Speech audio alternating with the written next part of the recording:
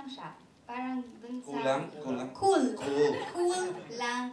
She's cool. Ayan. Kasi baka mamaya. Yan. Hindi ko siya nakikitang nagagalit. Ano siya, kahit minsan, tensionado na yung set, pero siya yung relax lang. And isa pa sa nagustuhan ko kay Direk Tonet, ano siya yun, she collaborates with us. She asks us, her actors, kung ano yung sa palagay namin na mako-contribute namin, kung paano maging effective yung eksena, at kung ano yung pwede namin gawing input. Parang binibigyan niya kami ng liberty sa mga bagay na yon.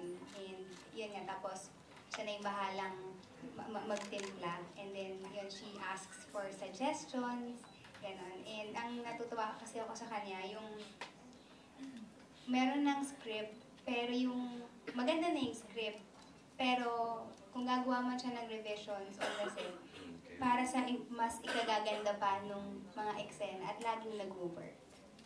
So, tulad ng sinabi ko sa ibang interview ko, para sa akin, isa siyang henyo.